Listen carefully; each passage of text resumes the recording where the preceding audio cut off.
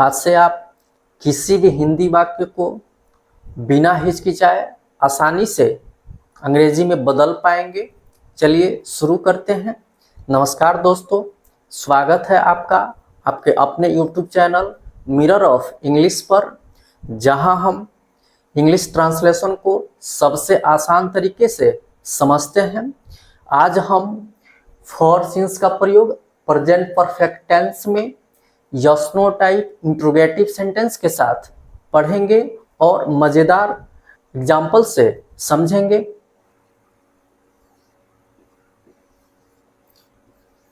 Yes no type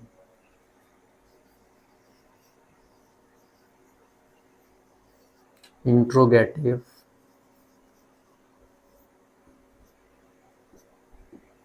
sentence, इसे हम open type interrogative sentence भी बोलते हैं। तो सबसे पहले हम समझ लें कि इसे हम yes no type interrogative sentence क्यों बोलते हैं। तो इससे जो भी क्वेश्चन किया जाता है उसका आंसर हम यस या नो में देते हैं या इशारा करके देते हैं, इसलिए इसे हम yes no type interrogative sentence बोलते हैं। हिंदी में हमेशा ये क्या से शुरू होता है, इसलिए इसे ओपन टाइप इंट्रोगेटिव सेंटेंस भी बोला जाता है।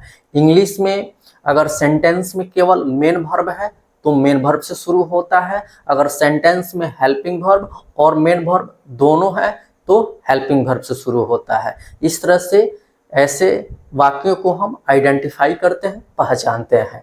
चलिए इसके स्ट्रक्चर को पढ़ते हैं।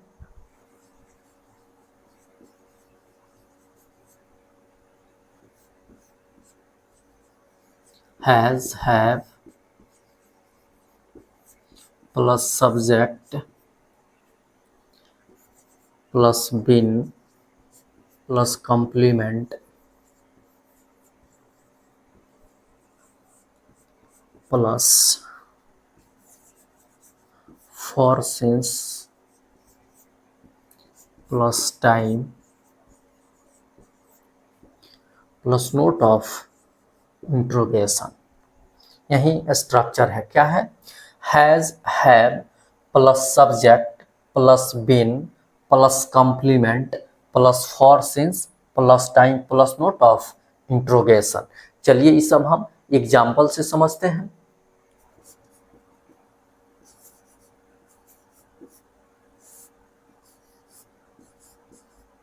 क्या मैं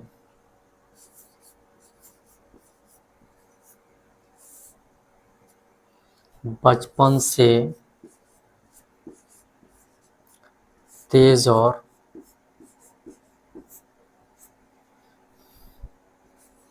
मेहनती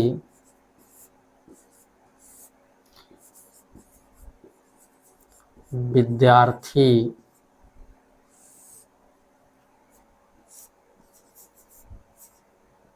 रहा हूँ, या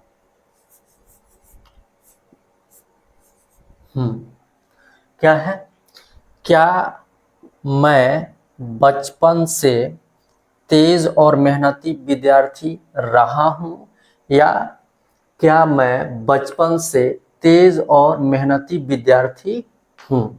रहा हूँ भी हो सकता है और हूँ भी हो सकता है। रहा हूँ रहे तो वहाँ पे टाइम हो भी सकता है और नहीं भी हो सकता है, लेकिन अगर केवल हूँ रहे हिंदी वाक्य के अंत में तो उसमें समय सूचक शब्द रहना जरूरी है। नहीं रहेगा तो फिर वह प्रेजेंट परफेक्ट टेंस में नहीं होगा। तो हमारे सामने ये सेंटेंस आया है। चलिए इसे हम आइडेंटिफाई करते हैं, पहचानते हैं। तो देखिए इस हिंदी वाक्य के अंत में आया है रहा हूँ या हूँ, जिसका प्रयोग मेन वर्ब के रूप में हुआ है, मुख्य क्रिया के रूप में हुआ है, और इसके पहले समय सूचक शब्द बचपन और से आया है।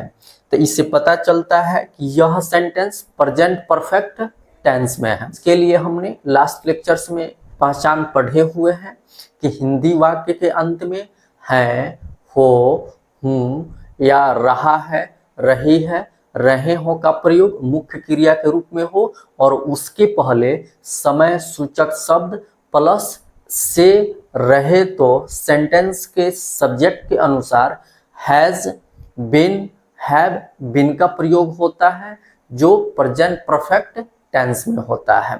तो चलिए इसके बाद हम टाइप्स ऑफ सेंटेंस समझते हैं। तो देखिए यह सेंटेंस जो है क्या से शुरू हुआ है और हम जानते हैं कि जो भी हिंदी वाक्य क्या से शुरू होता है वह yes no type interrogative sentence होता है। जैसे ये पता चले इसका जो भी स्ट्रक्चर होता है हमें याद आ जाना चाहिए। क्या है structure? Has, have plus subject plus been plus complement plus for since plus time plus note of interrogation. चलिए ये सब हम ट्रांसलेट करते हैं। तो सबसे पहले हमें यहाँ पे हैज या हैव का प्रयोग करना है। तो हम खुद से ना हैज का प्रयोग कर सकते हैं और ना ही हैव का प्रयोग कर सकते हैं। इसके लिए हमें सब्जेक्ट चाहिए। सब्जेक्ट ही बताता है कि हैज का प्रयोग होगा या हैव का प्रयोग होगा। तो यहाँ पे सब्जेक्ट है मैं। मैं का आई होता है जिसके साथ हैव का प्रयोग होता है। ये हम लास्ट लेक्चर्स में पढ़ चुके हैं। तो यहाँ पे होगा हैव।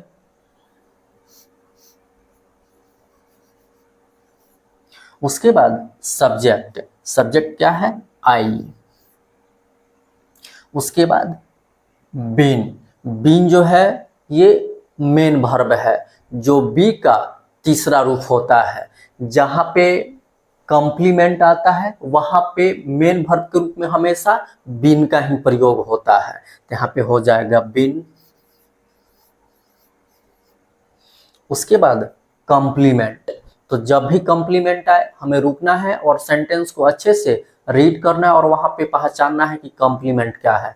यहाँ पे कॉम्प्लीमेंट क्या है? तेज और मेहनती विद्यार्थी।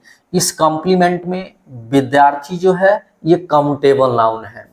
काउंटेबल नाउन है तो सिंगुलर भी हो सकता है या प्लुरल भी हो सकता है। ये कैसे पता चलेगा कि यहाँ पे जो काउंटेबल नाउन है सिंगुलर है कि प्लुरल है? तो ये आपको सब्जेक्ट बताता है। अगर सब्जेक्ट सिंगुलर होता है तो कॉम्प्लीमेंट में आने वाला नाउन भी सिंगुलर होता है। अगर सब्जेक्ट प्लुरल होता है तो कॉम्प्लीमेंट में आने वाला नाउन भी प्लुरल होता है। तो यहाँ पे सब्जेक्ट क्या है? मैं। मैं जो होता है एक व्यक्ति खुद को मैं बोलता है तो यहाँ पे सिंगुलर हुआ। जब सब्जेक्ट सिंगुलर है तो कॉम्प्लीमेंट में आने वाला नाउन भी सिंगुलर होगा। यानी कि विद्यार्थी जो है ये सिंगुलर काउंटेबल नाउन है। और हम ये जानते हैं कि किसी भी हिंदी वाक्य में अगर कोई सिंगुलर काउंटेबल नाउन है तो उसमें एक का प्रयोग हो भी सकता है और नहीं भी हो सकता है। लेकिन वहीं जब हम उसका इंग्लिश ट्रांसलेट करते हैं और सिंगुलर काउंटेबल नाउन होता है तो ए एन का प्रयोग हमें करना होता है, नहीं तो सेंटेंस गलत हो जाता है। हिंदी में एक रहे या नहीं रहे सेंटेंस गलत नहीं होता है। लेकिन वहीं अगर उसका हम इंग्लिश ट्रांसलेट करते हैं और ए एन का प्रयोग नहीं करते हैं सिंगुलर काउंटेबल नाउन के पहले तो सेंटेंस गलत हो जाता है। तो यहाँ पे हमें ए एन का प्रयोग करना है। विद्यार्थी से तो पता चला कि यहाँ पे ए एन का प्रयोग होगा, लेकिन ये नहीं पता चला कि ए होगा कि एन होगा। ये कौन बताएगा? तो जो कॉम्प्लीमेंट में पहला शब्द होगा उसी के प्रोनाउंसिएशन के साउंड से पता चलेगा। तो क्या है? तेज। तेज का क्या होता है? इंटेलिजेंट, जो ई से शुरू हो रहा है। इसका साउंड ई है जो ववेल है और हम जानते हैं कि ववेल साउंड के पहले एन का प्रयोग होता है। तो यहाँ पे हो जाएगा एन। उसके बाद इंटेलिजेंट,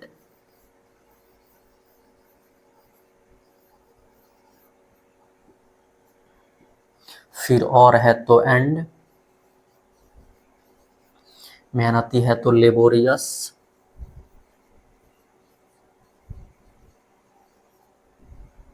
फिर विद्यार्थी है तो स्टूडेंट,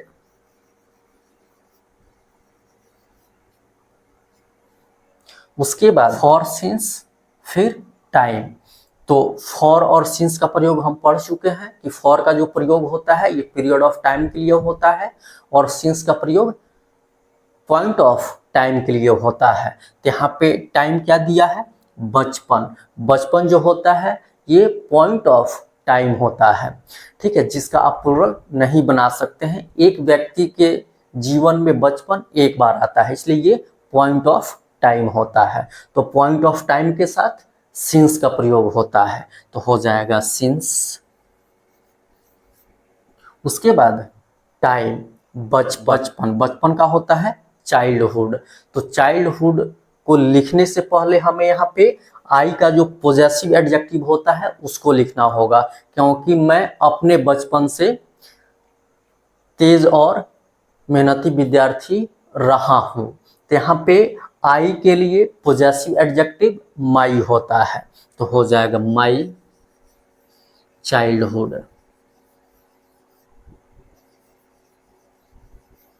और अंत में नोट ऑफ इंट्रोगेशन, क्योंकि ये yes no type interrogative sentence है। इंट्रोगेटिव चाहे यस नो टाइप हो या WH टाइप हो, उसके अंत में हमें नोट ऑफ इंट्रोगेशन का प्रयोग करना चाहिए, नहीं तो सेंटेंस इनकम्प्लीट हो जाता है, इनकरेक्ट हो जाता है। चलिए इसे हम कुछ और एग्जाम्पल से समझते हैं।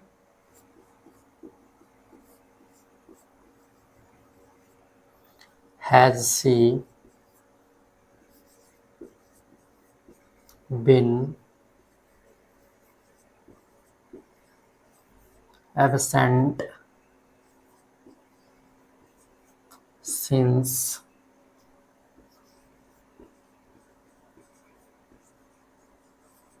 Monday last। हमारे सामने कोई भी सेंटेंस है तो सबसे पहले उसे हमें आइडेंटिफाई करना चाहिए, पहचानना चाहिए। यदि हमारे सामने कोई इंग्लिश सेंटेंस आ जाए तो उसमें हमें सबसे पहले मेन वर्ब को ढूंढना चाहिए। तो देखिए इस सेंटेंस में मेन वर्ब बीन है, जो वर्ब का तीसरा रूप है। बी का तीसरा फॉर्म बीन होता है, और वर्ब का तीसरा रूप किसी भी टेंस के परफेक्ट में यूज होता है। तो अब हमें यहाँ से तो पता नहीं चला कि ये किस टेंस का परफेक्ट है, प्रेजेंट का परफेक्ट है, पास्ट का परफेक्ट है या फ्यूचर का परफेक्ट है। तो कोई भी परफेक्ट टेंस होता है तो उसमें एक हेल्पिंग वर्ब जरूर होता है। तो इसके बाद हम हेल्पिंग वर्ब को ढूंढेंगे। तो यहाँ पे हेल्पिंग वर्ब क्या है, हैज है, जो present tense third person singular number होता है। तो इससे पता चला कि यह सेंटेंस प्रेजेंट परफेक्ट टेंस में है। इसके जस्ट बाद हमें टाइप्स ऑफ सेंटेंस पता करना चाहिए। तो देखिए यह सेंटेंस हेल्पिंग वर्ब से शुरू हुआ है, तो हम ये जानते हैं कि कोई भी इंग्लिश सेंटेंस हेल्पिंग वर्ब से तब शुरू होता है जब वह yes no type interrogative sentence होता है। तो इससे ये पता चल गया कि ये sentence yes no type interrogative sentence है। तो चलिए इसे हम ट्रांसलेट करते हैं। तो इसे ट्रांसलेट करने के लिए सबसे पहले हमें मेन वर्ब ढूंढना होगा, क्योंकि यहाँ पे ये yes no type interrogative sentence है। तो yes no type interrogative sentence में मेन वर्ब क्या है, बीन है। तो बीन के बाद जो होगा, ठीक है, वहां से हम काउंटिंग शुरू करते हैं। तो बीन के बाद क्या है, सी है, तो ये 1 नंबर पे होगा। ठीक है, यहाँ पे हैज जो है ये भी वर्ब है। तो yes no type interrogative sentence में हम दोनों वर्ब को एक साथ लेंगे। ठीक है, यहाँ पे हैज और बीन दोनों क्या है, वर्ब है, तो हम उसको एक साथ ही काउंट करेंगे। इसलिए हम सी को 1 नंबर पे रखेंगे और उसके बाद लास्ट में जाएंगे। लास्ट में आएंगे तो क्या है, सिंस मंडे लास्ट, ये क्या है, टाइम है।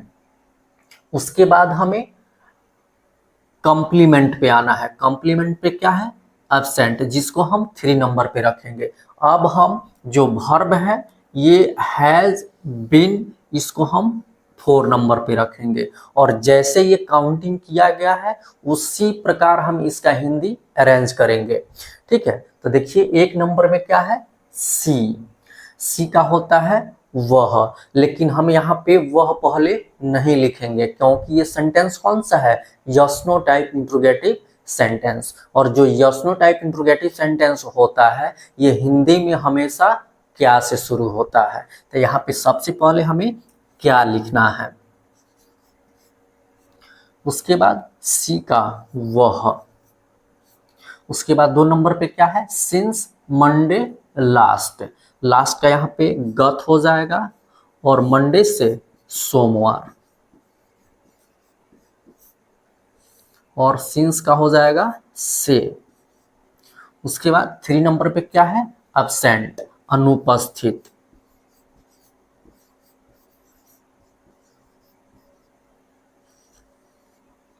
उसके बाद 4 नंबर में हैज बीन, तो यहाँ पे सी है, फीमेल है, तो हो जाएगा रही है या है, रही है। और ये चूंकि yes no type interrogative sentence है तो इसके अंत में नोट ऑफ इंट्रोगेशन। क्या बना सेंटेंस, क्या वह गत सोमवार से अनुपस्थित रही है, या ये भी हो सकता है कि क्या वह गत सोमवार से अनुपस्थित है। इस तरह से हम किसी भी इंग्लिश सेंटेंस को आइडेंटिफाई करते हैं और फिर उसको हिंदी में ट्रांसलेट करते हैं। ऐसे ही आसान और मज़ेदार अनुवाद सीखने के लिए चैनल को सब्सक्राइब कीजिए, बेल आइकन को प्रेस कीजिए ताकि सभी लेक्चर्स का नोटिफिकेशन आपको मिलते रहें। चलिए इसे हम एक और एग्जाम्पल से समझते हैं। क्या भारतीय किसान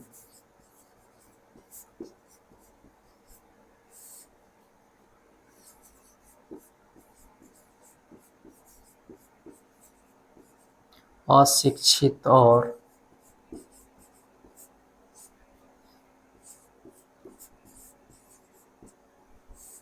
गरीब रहे हैं, यही सेंटेंस है। तो देखिए इस हिंदी वाक्य के अंत में आया है रहे हैं, जिसका प्रयोग मुख्य क्रिया के रूप में हुआ है और इसके पहले कोई भी समय सूचक शब्द और प्लस से का प्रयोग नहीं हुआ है। फिर भी ये सेंटेंस प्रेजेंट परफेक्ट टेंस में है। तो आप समझ लीजिए कि किसी हिंदी वाक्य के अंत में रहा है, रही है, रहे हैं, रहता है, तो वहां पे समय सूचक शब्द आ भी सकता है और नहीं भी आ सकता है, फिर भी वह सेंटेंस प्रेजेंट परफेक्ट टेंस में ही होता है। ठीक है, चलिए इसके बाद हम टाइप्स ऑफ सेंटेंस पता करते हैं। देखिए ये सेंटेंस क्या से शुरू हुआ है, तो हम जानते हैं कि हिंदी में कोई भी सेंटेंस अगर क्या से शुरू होता है तो वह सेंटेंस जस्नो टाइप इंट्रोगेटिव होता है। जैसे ये पता चले इसका जो भी स्ट्रक्चर होता है हमें याद आ जाना चाहिए। क्या है स्ट्रक्चर, हैज है plus subject plus been plus complement plus for since plus time plus note of interrogation. चलिए ये सब हम ट्रांसलेट करते हैं। तो सबसे पहले हमें यहाँ पे हैज या हैव का प्रयोग करना है, तो हम खुद से ना हैज का प्रयोग कर सकते हैं और ना ही हैव का प्रयोग कर सकते हैं। इसके लिए हमें सब्जेक्ट चाहिए, सब्जेक्ट ही बताता है कि यहाँ पे हैज का प्रयोग होगा या हैव का प्रयोग होगा। तो यहाँ पे सब्जेक्ट क्या है, भारतीय किसान, यहाँ पे किसान नाउन है। इसी से पता चलेगा कि यह सब्जेक्ट सिंगुलर है कि प्लुरल है। तो यहाँ पे भारतीय के साथ कोई भी नाउन आता है तो उसको हम प्लुरल रखते हैं। तो इससे पता चलता है कि यहाँ पे भारतीय किसान जो है ये प्लुरल सब्जेक्ट है। और हम जानते हैं कि प्लुरल सब्जेक्ट के साथ प्लुरल वर्ब का प्रयोग होता है। तो have present tense plural number होता है जिसका प्रयोग subject I, we, you, they and plural number के साथ होता है। तो यहाँ पे हो जाएगा हैव। उसके बाद सब्जेक्ट, सब्जेक्ट क्या है, भारतीय किसान, इसका हो जाएगा इंडियन फार्मर्स। उसके बाद मुख्य क्रिया बीन, तो इस टाइप के सेंटेंस में हमेशा मुख्य क्रिया के रूप में बीन का ही प्रयोग होता है। और इसके बाद कंप्लीमेंट होता है। तो कंप्लीमेंट क्या है, अशिक्षित और गरीब। इस कंप्लीमेंट में कोई नाउन नहीं है, तो कोई नाउन नहीं है तो न सिंगुलर होगा न प्लुरल होगा। तो क्या करेंगे, जैसे ये कंप्लीमेंट है वैसे ही अरेंज कर देंगे। तो क्या है, अशिक्षित, अशिक्षित का होगा अनएजुकेटेड।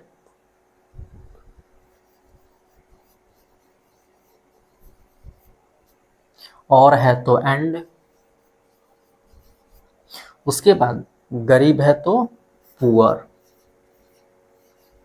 और अंत में नोट ऑफ इंट्रोगेशन, क्योंकि एक yes no type interrogative sentence है। इंट्रोगेटिव चाहे यस नो टाइप हो या WH टाइप हो, उसके अंत में हमें नोट ऑफ इंट्रोगेशन का प्रयोग करना चाहिए, नहीं तो सेंटेंस इनकम्प्लीट हो जाता है, इनकरेक्ट हो जाता है।